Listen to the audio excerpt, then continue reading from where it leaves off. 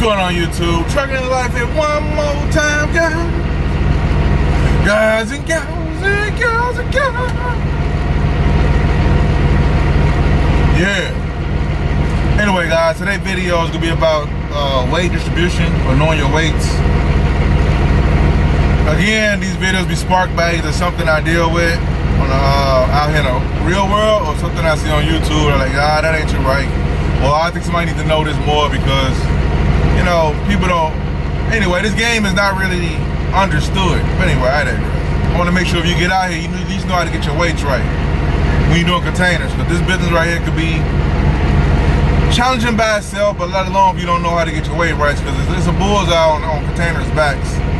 So if you don't get your weights right on top of that bullseye, equals you have problems. That's all I'm saying. And I have people that watch these videos that don't even drive trucks. So I'm gonna try to break it down to the basic minimum for them people too, to understand, to try to understand what I'm saying here. You know what I'm talking about? Getting a little tired, guys. Getting a little weary. Your gross vehicle weight rating, your GVWR, is rated at 80,000 pounds. Now for the video, I'm gonna keep it real simple. Not no permits and like that. No permits, but you get permits for permit loads and overweight, and your steer tires can be a lot bigger. They carry more weight. Their steer tires is bigger because they rate it at a different weight per se. I ain't talking about none of that. I'm talking about as far as like, get a load, get a truck, get out of there. 80,000 pounds. So you ready to run 12,000 pounds of your steers, 34,000 pounds on your drives, 34,000 pounds on your trailer tandems. When I first got to this business, I was thinking maybe this is only for 53 footers. You know, maybe 53 footers only get 40,000 pounds loaded average, 80,000 GVWR. But no, these 20 footers get 40,000 pounds plus in them. And 45 footers, 40 footers and 20 footers get them in there. Both of them get them in there too. It depends on weight distribution. But for this video, I'm gonna keep it so simple. In order to get 80,000 pounds or less in the vehicle, length of the vehicle matter, and weight distribution. That means how much weight you got at each spot. For this video right here, I'm gonna say the weight of the truck is about 16,500 for the weight of the truck, fully loaded with fuel. Make sure if you don't know the weight of your truck, weigh it with fuel, fully loaded. So you'll know how much you can put in there when you already fully loaded with your tractor. Now, trailers, they vary empty. Weigh them empty. With containers, the box usually weigh about 10,000 pounds. The chassis is about 6,000 pounds. So you're talking about 16,000 pounds average, give or take. With the truck is 16,500, so that's 16,500 plus 16,000 pounds with the container and chassis. So with my tractor and my trailer, with my container empty, I'm at 32,500. So you take the 80,000, you minus 32,500. So it look like you could put in 47,500 pounds, right? That means I could pull 47,500 pounds. Boy, that give you the number that you get from when you minus them two, right? So that means I can pull that much weight in my container or on my trailer. Not really, because you have a thing called under gross. That means you under your GVWR rating, which is 80,000, but you could be over axle. For example, you may have the loader, which brings you to a point. Loaders got to know how to load the weight right in the trailers. If they don't, you could be under gross but over axle. So your gross vehicle weight rating may be about 72,000 pounds. But your steers is 14, your drive tires is probably 36. You probably only got 16,000 on your trailer back there. I'm just throwing numbers out there. It could be way off because of distribution, because you have under gross, but you over axle, which means you're still overweight because you are over on each axle. Now, I'm gonna put something on the screen here showing these the tandem holes. This is 453 footer with containers. On the holes right here, you see, each one of these holes, they represent a different pounds per hole. Now, they vary from trailer to trailer, from chassis to chassis. Now, some of them holes may be anywhere between 300 pounds per hole to to 400 or 500 pounds per hole. Depends how small the hole is, how many holes you got, and how big the hole is. So let's just say you overweight on your drives, you did 36,000, right? And your tandems may be all the way to the back of the trailer. They all the way to the rear. Now if you do the math, let's just say these holes are about 500 pounds per hole for the sake of the video. In order to get some of that weight off of your drive, drive tires, you have to slide your tandems more towards your truck. You gotta slide them more forward. Let's say it's 20 holes.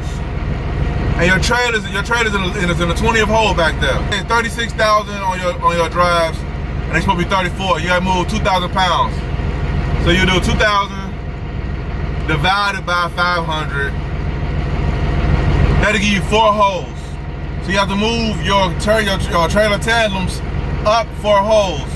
If the hole is 500 pounds per hole. Let's say it's 350 pounds per hole. You got 20 holes back there for the trailer pin to go in. 20 holes, so you gotta move 2,000 pounds. So you might have to move it about 5 to 6 holes to get your 2,000 pounds. So you'll move your tandems 5 or 6 holes.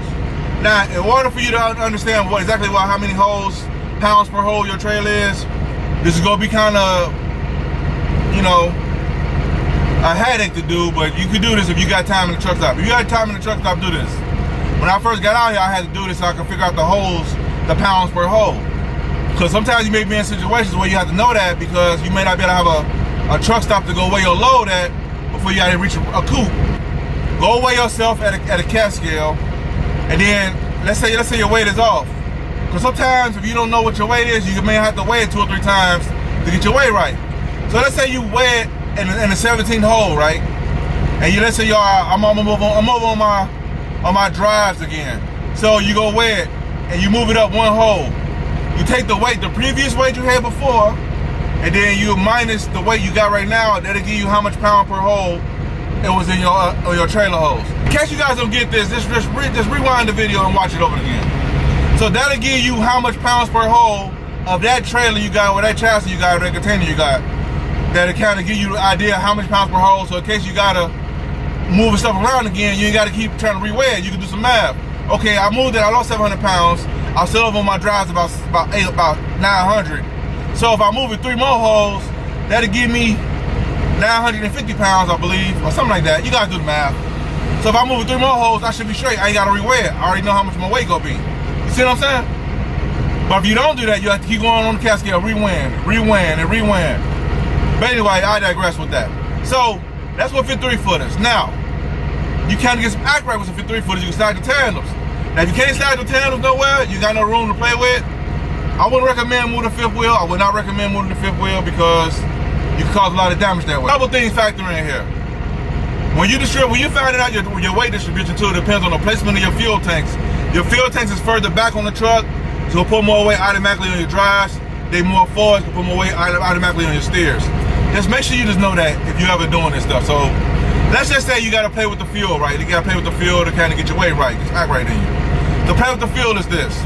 You may have 80,000 pounds gross, and you got to burn, you just filled up because you didn't realize I should have filled up my fuel after I got my load first, because now I know how much fuel I can put in there. And this is how you factor how much fuel you can put in there. 8 pounds per gallon on fuel. So let's just say, I'm trying not to make this video complicated, guys. I'm trying to make it real simple as possible, but it's getting a little complicated. I'm trying to wheel myself back in. So let's do some math. This is a quick math on here, guys, and I ain't gonna make this video too long.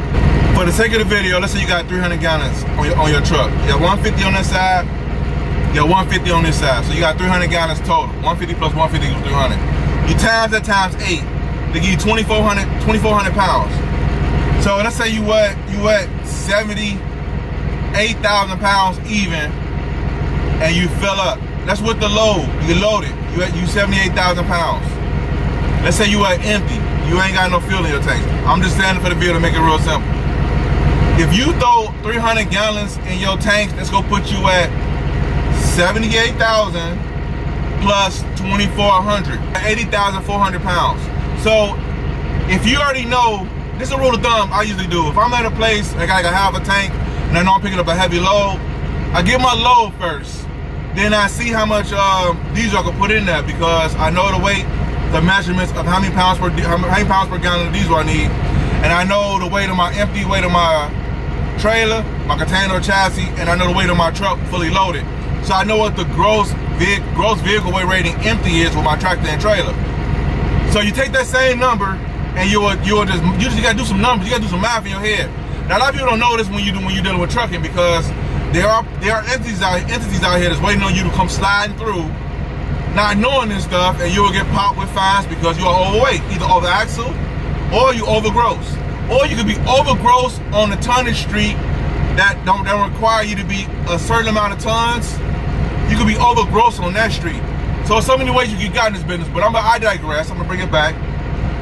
So here's the rule of thumb. If I get loaded, let's say I'm fully loaded with fuel, and I'm loaded with the tractor trailer with the same numbers I used earlier, with the 16,500 plus the 16,000, that's 32,500, plus fully loaded. That's how, so my 2,400 is already included in that. So let's say I got like 45 or 42,000 pounds in here loaded. Now I'll pick it up at a customer, and I cannot get to a truck stop to weigh it before I've got to pass the chicken house or a weigh station. My rule of thumb is, if I'm able to see the load, if it's loaded to like the 48-foot mark back there, kind of that far back, and I know it's like 42 to 45,000 pounds, I would count from here. I'm gonna say this, guys, and I'm gonna end this.